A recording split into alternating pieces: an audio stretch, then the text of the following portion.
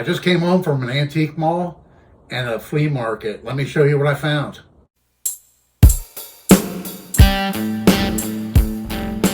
Hey everybody, thanks for coming back for another video. This is Dave, and I'm glad you're with me. I got to show you what I found today. I went to the flea market, and guy had like 3 boxes of knives, kitchen knives, and this was the biggest one, $40 on it. I kind of peeked through it real quick. I saw a few carbon steel knives, so I said, what the heck, I'll buy them. And then I went to an antique mall, and I found a few items there, and a thrift store. I got another thing I'll show you here, but let me this box has a lot of knives in it. So I'm just going to reposition the camera, dump them out, show you what I got. Put these over here to the side. There's a big old stainless steel pizza slicer. All right, here it is.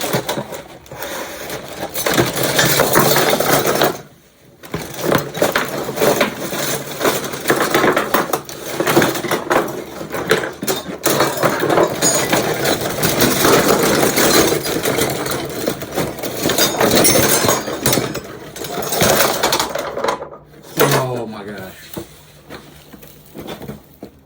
All right. We've got a lot of steak knives and cheap table knives and China stuff. So I'm just gonna real quick, here's a Cuisinart Elements. I put that over here. Here's a Farberware chef knife. Throw that in the box. What do we got here? KitchenAid. And put this thing back in the box. Some kind of trash. Chicago cutlery. Another Chicago cutlery, wood handle. These cheap steak knives. KitchenAid. Farberware. Made in China steak knife. Cuisinart. Here's a fillet knife. Forever Sharp surgical stainless steel. Real cheap plastic handle. Here's a little Japanese faux stag steak knife. Another KitchenAid. Look at this thing. World class. Miracle Blade slicer. China. Brand new. Looks like there's 2 of those. There's another one. Yeah, it's the same. Same thing. Here's a cheap Chinese. Missing the handle. Japanese. Looks like it's broke off, but I think it might be made that way.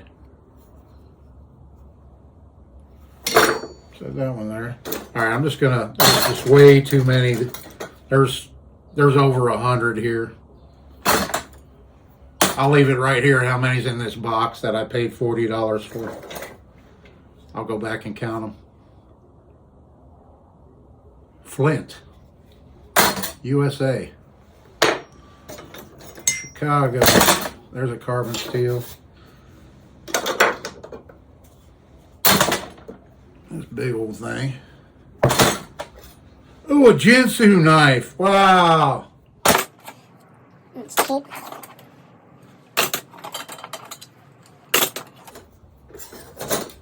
Another Cuisinart. Do I have one of those? Oh, yeah. Might have a full set of those. KitchenAid. There we go. Look at this. There's a very well-worn butcher pattern carbon steel. right there. Put that aside. Here's another one. It's a full tang. This one's a full tang, whereas this one's a half tang. This one's a full tang. Somebody has crudely ground the tip down. It's got some rust, but that's going to be a good fixer-upper right there. I love that. That's got a good feel to it.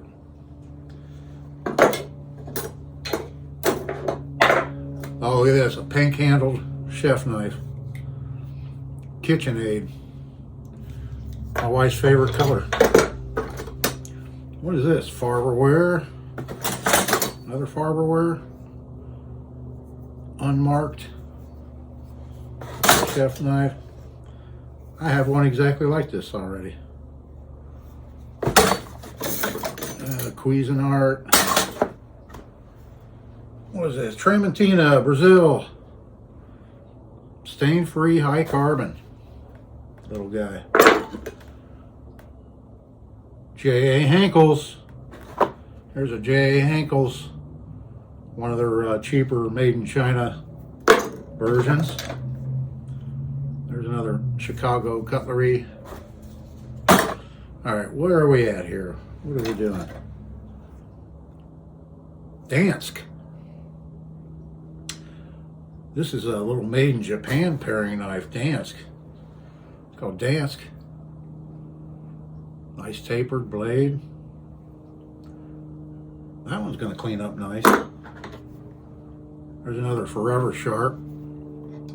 That's like that fillet knife, same plastic cheap handle. This is another flint. This is flint right here. Totally different handles. I don't know anything about flint. I'll have to look them up. But yeah, you can see on the blade flint. And it's got that swatched edge on one side, but it's stainless. This might be from like the 50s or 60s. I don't know. But I like that pattern of blade. There's a handle, maybe off that other one. All right, let me get some of these junkies out of the way here. That's, yep, another J.A. Henkel's. Right there, might have a full set of those. What is this one? J.A. Henkel's. It's a steak knife. Let's see how many of those we have. There's another one of these with the coating on the blade. The sharper image. It's kind of coated. And then, yeah, these are just cheapies. And then here, look at that old guy. Another half tang. This is a Olsen. It says Olsen on the handle. There's another one I'll have to look up. Let me know if you know anything about Olsen. But, yeah. That's a neat old high carbon knife. There's another one of those like this one. With the blunt tip on it. Alright. So whittle away at these. I don't want this video to get too long. Ooh, there's a Chupa. I have a butcher pattern blade by this same company. And I think it did have an aluminum handle on it. I'll have to pull that one out and look. Here's a brand new in the package paring knife. Little paring knife still in the plastic wrapper. Here's another high carbon carving knife. Half tang.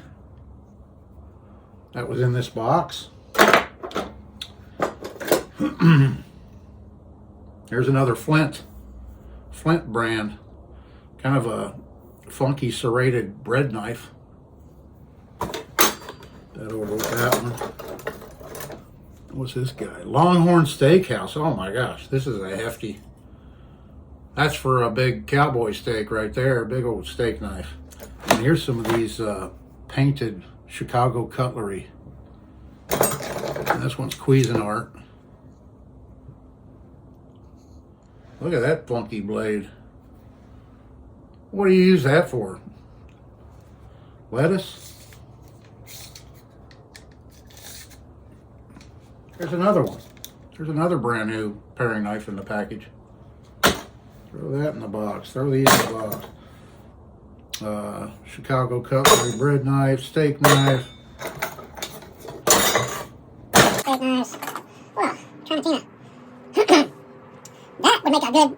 With a little bit of shaping on the tip, that would make a really good oyster knife right there.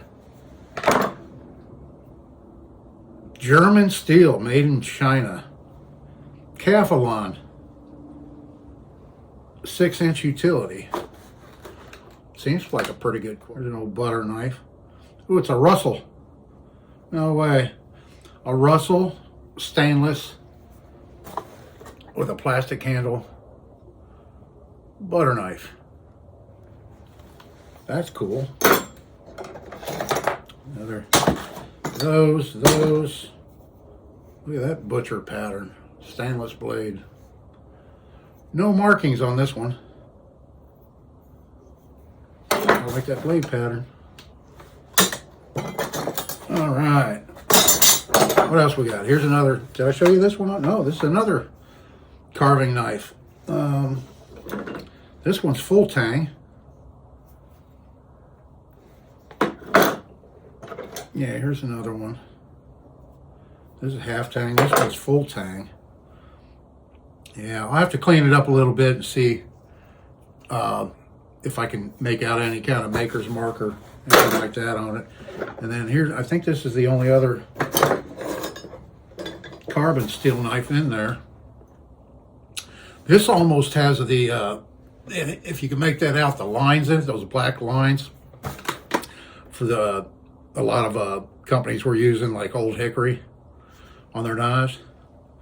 This one looks like it's been sharpened down quite a bit, but it's still got some blade left to it. So that'll be a good one to clean up too. Yeah, I think that's about it for this box.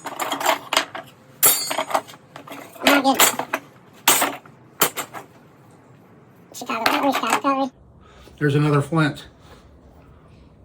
There's another knife by that Flint, same Flint company. Those are all flints right there. All right.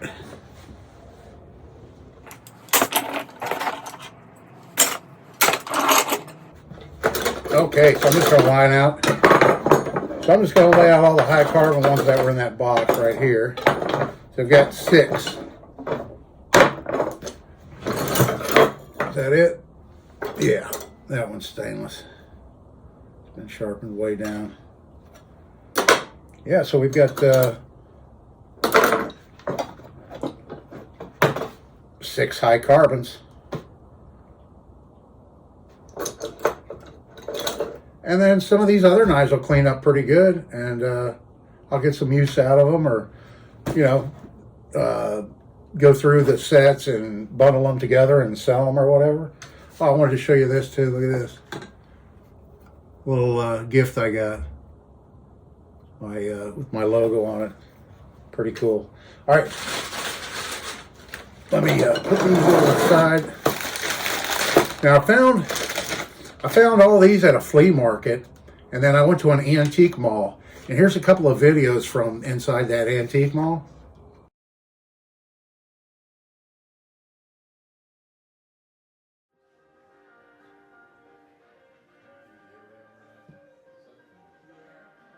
Oh, look here. Look what I found.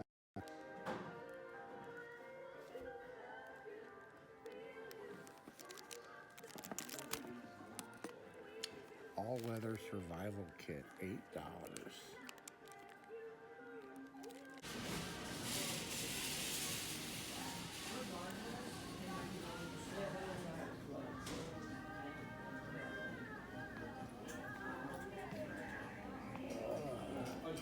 Yeah, and so in there I found these.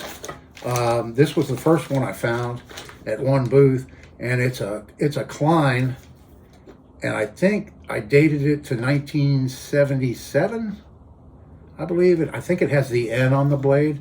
The only blade that I can get open right now before I clean it up is the Hawkbill. It's a 3-bladed electrician knife. So it has a spear point blade, a Hawkbill, and then the screwdriver wire stripper. The handle scales are in they're not shrunk or anything. They're just very discolored. They're, I guess, originally brown. It's very rusty. It's going to need a lot of work. I paid $15 for it. Actually, it was, I think, 20% off. So paid around, whatever, $13 for it. The bale's in pretty good shape. It's not all mangled up. And I think it's mostly surface rust. So I think this one will clean up pretty nice. I can get a snap back in it. I don't have any 3-bladed electrician knives. I have a number of electrician knives, but none of them have the 3 blades in it. So I kind of like that. So I grabbed that. And then I got this little thing here. I haven't even opened it yet. And it was hanging in that video you saw me. I found it hanging up on a board, a cork board. And it says all-weather survival kit. And I paid $8 for it, which might have been a little too much, but I just thought it was neat because it looks all vintage and everything. It comes with the original instructions. Let's see if there's a date on these. That'd be kind of cool. Signal your distress.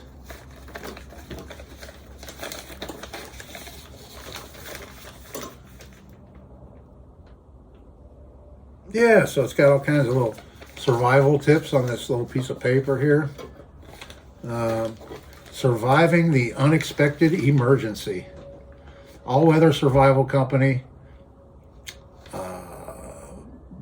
Bothell, Washington. So I don't see a date anywhere on that. Instructions. Let's see what's in this little thing. I assume it's a little mini ferro rod and some fire tinder. Yeah, we've got a couple of blocks of wax here. And this little guy. So yeah, it's a little ferro rod. It's very short.